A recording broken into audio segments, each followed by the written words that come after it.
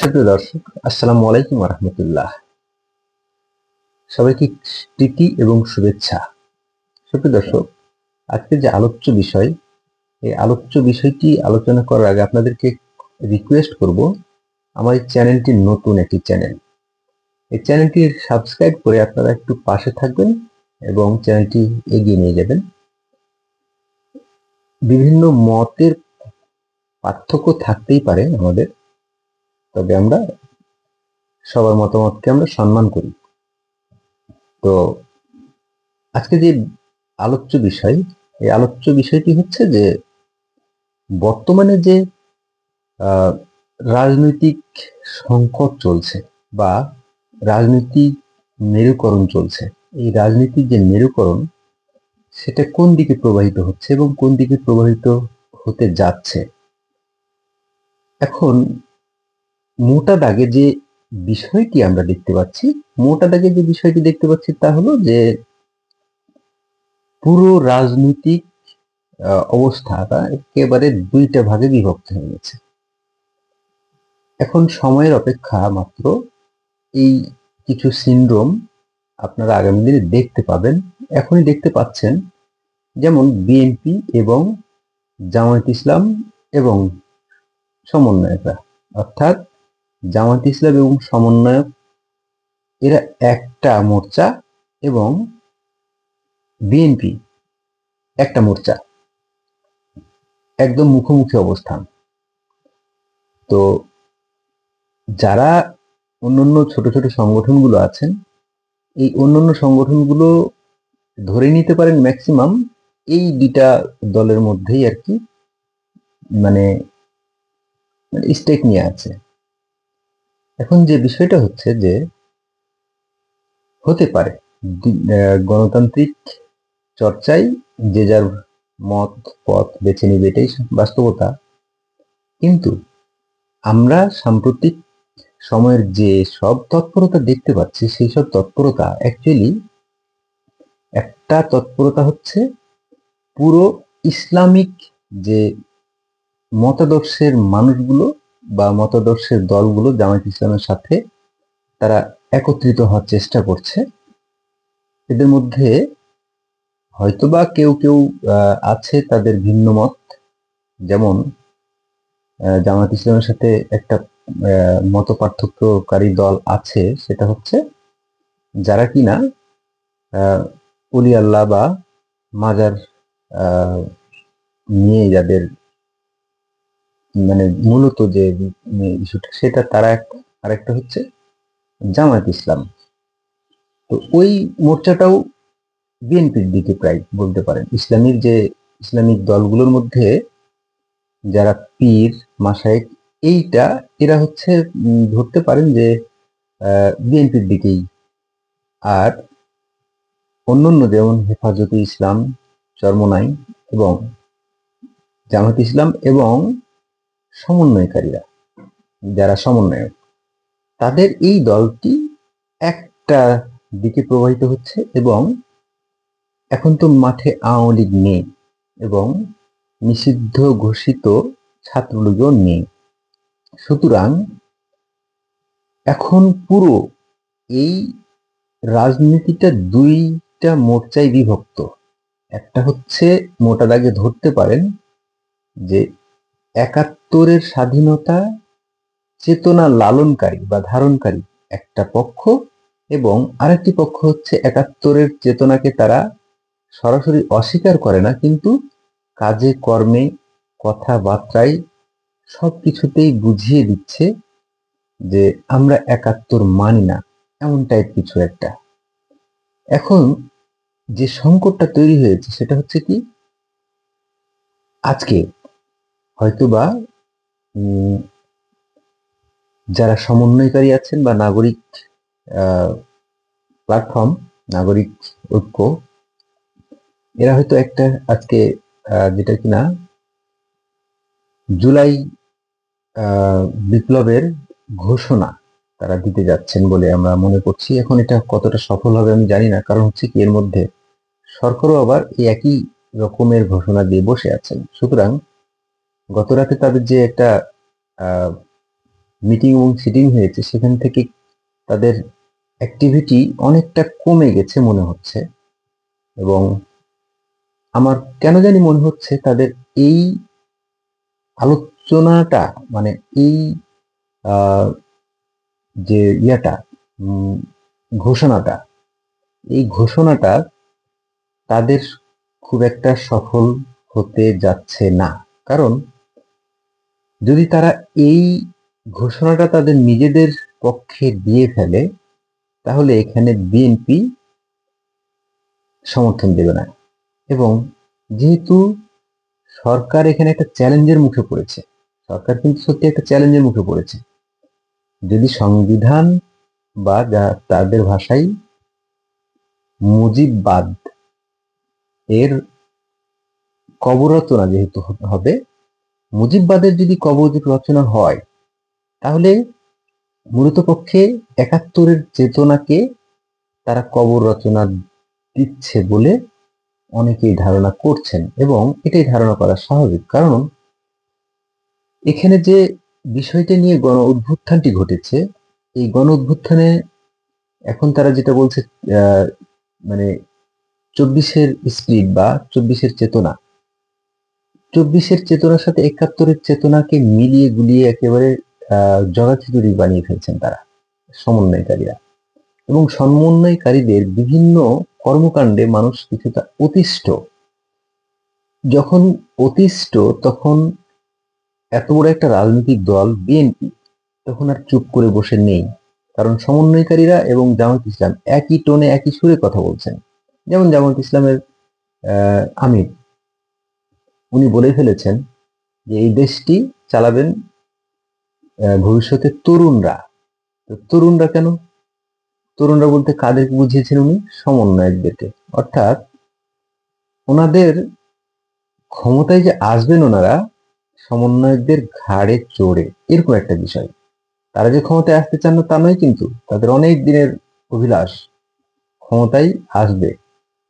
তো ক্ষমতায় আসতে হলে তাদের সরকারি পৃষ্ঠপোষকতা লাগবে। জামায়াত ইসলাম সরকারের পৃষ্ঠপোষকতা ছাড়া কিংবা নির্বাচন ইঞ্জিনিয়ারিং ছাড়া কোনোভাবে সম্ভব নয়। সুতরাং যদি প্রশাসন এবং যেটা রুহুল কবির রিজভী সাহেব বলছেন যে গোয়েন্দা সংস্থা একটি রাজনৈতিক দল প্রতিষ্ঠার চেষ্টা করছে, তো সেটা যদি হয়ে থাকে তাহলে এই যে রাজনৈতিক দলটি আত্মপ্রকাশ করতে যাচ্ছে, এই রাজনৈতিক দলটি তারা জানে খুব ভালো করে তারা আগামীতে সরকার গঠন করার তো দূরের কথা, তারা ৩০০ আসনের মধ্যে ৩টাও পাবে কিনা সন্দেহ। সুতরাং তারা জামাত ইসলামের ঘাড়ে চেপে বসবে। এখন জামাত ইসলামের ঘাড়ে চেপে বসলেই মানে বাংলাদেশের মানুষ তো ঘুরে উল্টে মানে ওই 18 কোটি না, ধরে নেন 20 কোটি। তো এর মধ্যে আওয়ামী লীগ আর বিএনপিতে বিভক্ত। মানে বাংলাদেশের মানুষ আর যাই বুঝুক যাই করুক না কেন, মানে এখন যে ওই একটা বিষয়, সরকারের বিভিন্ন নেতিবাচক কর্মকাণ্ড যা কিনা মূল ধারার গণমাধ্যমগুলোতে আসছে না বলে আমরা যেটা অভিযোগ পাচ্ছি, সাংবাদিকদের অ্যাক্রিডিটেশন কার্ড বাতিল সহ সবকিছু, সচিবালয়ে আগুন লাগা থেকে শুরু করে দ্রব্যমূল্যের অসহনীয় দাম, সবকিছু মিলে কোথাও যেন একটা লেজে গোবরে একটা অবস্থা। এই যখন অবস্থা, তখন বিএনপি সমালোচনাটা আস্তে আস্তে শুরু করেছে, এবং বিএনপি এখন অনেকটা গঠনমূলক সমালোচনা করছে, এবং বিএনপি অনেকটা স্মার্ট রাজনীতি করছে। এখন বিএনপি কি করণীয়? বিএনপির একটাই করণীয়, সেটা হচ্ছে যে সকল স্বাধীনতা সপক্ষের, অর্থাৎ স্বাধীনতা একটাই, সেটা হচ্ছে ৭১।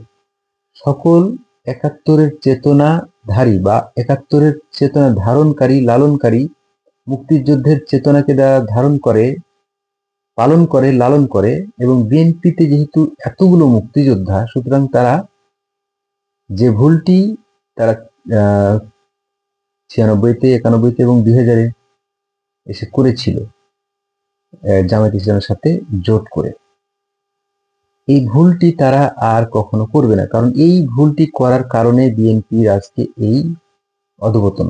কারণ বাংলাদেশের মানুষ একটা জিনিস কখনো মেনে নেয় না, সেটা হচ্ছে ৭১কে মুছে ফেলে কিংবা মুছে ফেলার চেষ্টা করলে সেই রাজনৈতিক দলটিকে কেউ ভালোভাবে নেয় না। যখন জামায়াত ইসলাম এবং বিএনপি যখন মার্চ করলো বা একসাথে যখন ঐক্য গঠন করলো, তখন বাংলাদেশের মানুষ ভাবতে শুরু করলো যে তারা ৭১কে ডিজন করতে শুরু করেছে বা ৭১কে তারা অস্বীকার করা শুরু করেছে, এরকম একটা প্রবণতা হয়েছে।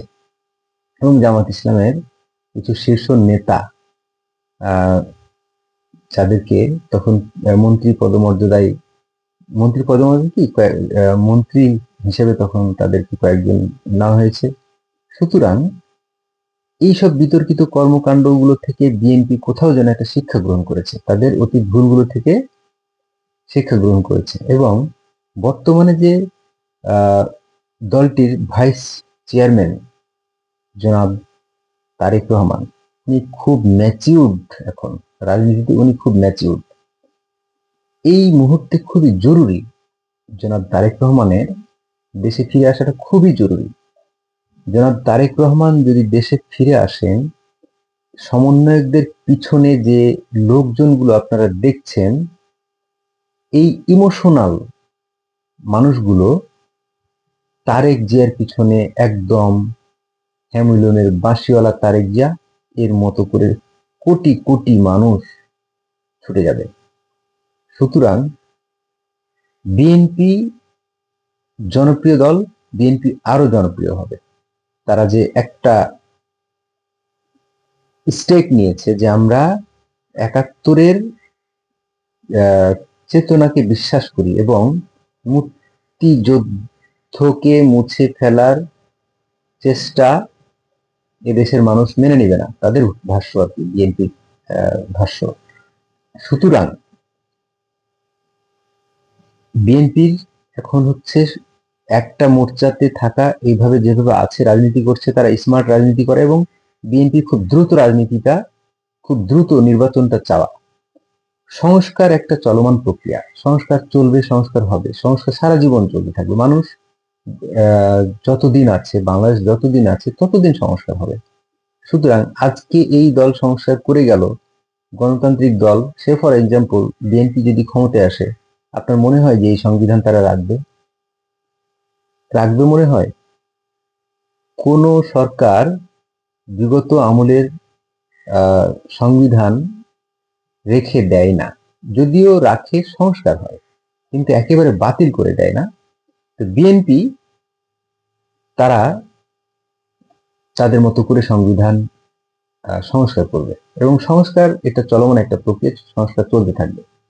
সুতরাং বিএনপির এখন একটাই ডাক, সেটা হচ্ছে স্বাধীনতা সপক্ষে, অর্থাৎ ৭১-এর চেতনার বিশ্বাসী মানুষগুলো একটা ডাক দিতে হবে তাদের, তাতে করে এখানে যে আওয়ামী লীগের যারা অন্যায় করেছে, অপরাধ করেছে, তাদের বিচার হোক। এইসব হাইব্রিড নেতা না থাকলেও 40% আওয়ামী লীগের ভোট, তাদেরকে অপ্রাসঙ্গিক যদি আপনারা কেউ ডিক্লেয়ার করেন, তাহলে কি তারা অপ্রাসঙ্গিক হয়ে যায়? আপনারা চাইলেই কি অপ্রাসঙ্গিক? নাকি আপনারা ওই সব ভোটারগুলোকে আপনার ভোটার লিস্ট থেকে আপনারা নাম মুছে ফেলতে পারবেন? আপনারা জানেনও না। আপনার পাশের বাড়ির আপনারা যারা ধোঁয়া তুলেছেন আওয়ামী লীগকে নিষিদ্ধ করার কিংবা অপ্রাসঙ্গিক প্রমাণে, তারা নিজেরা জানেন না যে আপনার বাড়ির পাশের মানুষ বা বাড়ির পাশের বাড়িটি তার নীরবে নিভৃতে আওয়ামী লীগকে বা নৌকাতে ভোট দেয়। তারা কোনো নেতা দেখে ভোট দেয় না, প্রতীক দেখে ভোট দেয়, তারা বঙ্গবন্ধুকে দেখে ভোট দেয়। সুতরাং এই 40% মানুষ কোথায় যাবে? যখন বিএনপি ডাক দেবে যে আমরা স্বাধীনতা সপক্ষের শক্তি, তখন বিএনপিকে তারা ভোটটা দেবে। ধরে নিলাম আগামী নির্বাচনে আওয়ামী লীগ অংশগ্রহণ করতে পারবে না, কিংবা অংশগ্রহণ করতে পারলেও তাদের সেরকম নেতা নেই, কারণ তারা তো কোথাও দাঁড়াতে পারছে না কিংবা কোথাও নেই। কেউ যদি দাঁড়াচ্ছে বা কেউ কোথাও আছে কোনো নেতা, তো তাদের তো ডিক্লারেশন যে তাদের ইউনিয়ন পর্যায়ের 1 থেকে 10 পর্যন্ত নেতা, সে দোষী হোক নির্দোষী হোক, সার্জিস আলম সাহেবরা তো বলে দিচ্ছেন তাদের গ্রেফতার করার জন্য। সুতরাং কে দাঁড়াবে আগামী নির্বাচনে যদি তারা সুযোগও পায়?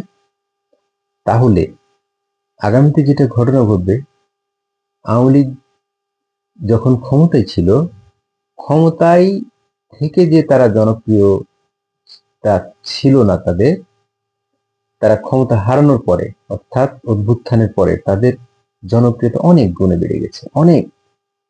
এই যে আগে ভালো ছিলাম তত্ত্ব মানুষের কখন আসছে মুখে, কেন আসছে মুখে? এমনি আসে নাই। এটা বর্তমান সরকারের ব্যর্থতা। বিগত সরকারকে অর্থাৎ হাসিনা সরকারকে তারা অনেক জনপ্রিয়তা করে ফেলেছে। কারণ কম্পেয়ার করে মানুষ, মানুষ খুব দ্রুত সবকিছু ভুলে যায় এবং খুব দ্রুত তারা রিয়েলাইজ করতে পারে। সুতরাং মানুষ যারা অতি আকাঙ্ক্ষা নিয়ে মাঠে নেমেছিল, সেই মানুষগুলো এখন সবাই কিন্তু আপনাদের পিছনে নেই। কারণ প্রত্যেকটা দল, ইভেন দো আওয়ামী লীগের বিক্ষুব্ধ কিছু তৃণমূলের ভোটার, তারাও মাঠে নেমেছিল আপনাদের পিছনে। সুতরাং আপনারা যখন এই ইয়াটাকে মানে বিপ্লবটাকে আপনারা একার করে নিতে চাইবেন, প্রভাব বিস্তার করতে চাইবেন, আপনারা ইতিমধ্যে টেলিভিশন ভবনে গিয়ে আপনার প্রভাব বিস্তার করার চেষ্টা করেছেন। আপনারা সচিবালয়ে শুনছি অনেক সুপারিশ করছেন, এই করছেন সেই করছেন, নানান বিতর্কিত কর্মকাণ্ড যেগুলো আমরা শুনতে পাচ্ছি, দেখতে পাচ্ছি। এতগুলো টিচারদের আপনারা বাধ্য করলেন পদত্যাগ করতে। মেন স্ট্রিম মিডিয়াতে আমরা অনেক কিছু দেখতে পাই না, কিন্তু কিছু জায়গা থেকে ভাইরাল হয়ে যায়। এই যে মুক্তিযোদ্ধাকে গলায় মালা দিয়ে, সে যত বড়ই অপরাধী হোক, এই কাজটা করলো কে? জামাত ইসলাম। তাদের পক্ষ থেকে একটা শক্ত স্টেটমেন্ট পেলাম না। সুতরাং বাংলাদেশের মানুষ এই ভুলটা করবে না। বিএনপি গুছিয়ে গেছে দলটা, এবং তারেক রহমান সাহেব দেশে নামলেই সব যারা নৌকায় ভোট দিত এই মানুষগুলো তারেকের পিছনে থাকবে। এবং 30% যদি বিএনপির ভোট থাকে, তাহলে আর 30% যোগ হবে, 10% বাদ দিলাম আওয়ামী লীগের, 60% ম্যান্ডেট নিয়ে আগামীতে বিএনপি ক্ষমতায় যাবে। সুপ্রিয় দর্শক, আপনাদের অভিমত, আপনাদের মতামত আমার সাথে নাও মিলতে পারে। আপনার মতামতকে আমি অবশ্যই সম্মান করি। আপনি আপনার মতামত তুলে ধরে আপনি কমেন্টস ঘরে লিখতে পারেন, এবং কোনো পরামর্শ থাকলেও লিখতে পারেন। তো আবার আপনার কাছে রিকোয়েস্ট থাকবে আপনাদের কাছে, চ্যানেলটি সাবস্ক্রাইব করে লাইক দিয়ে পাশে থাকবেন। সুপ্রিয় দর্শক, অন্য কোনো প্রসঙ্গ নিয়ে অন্য কোনো একটি ভিডিওতে কথা হবে। এই অপেক্ষায় ভালো থাকবেন। আল্লাহ হাফিজ। আসসালামু আলাইকুম রহমতুল্লাহ।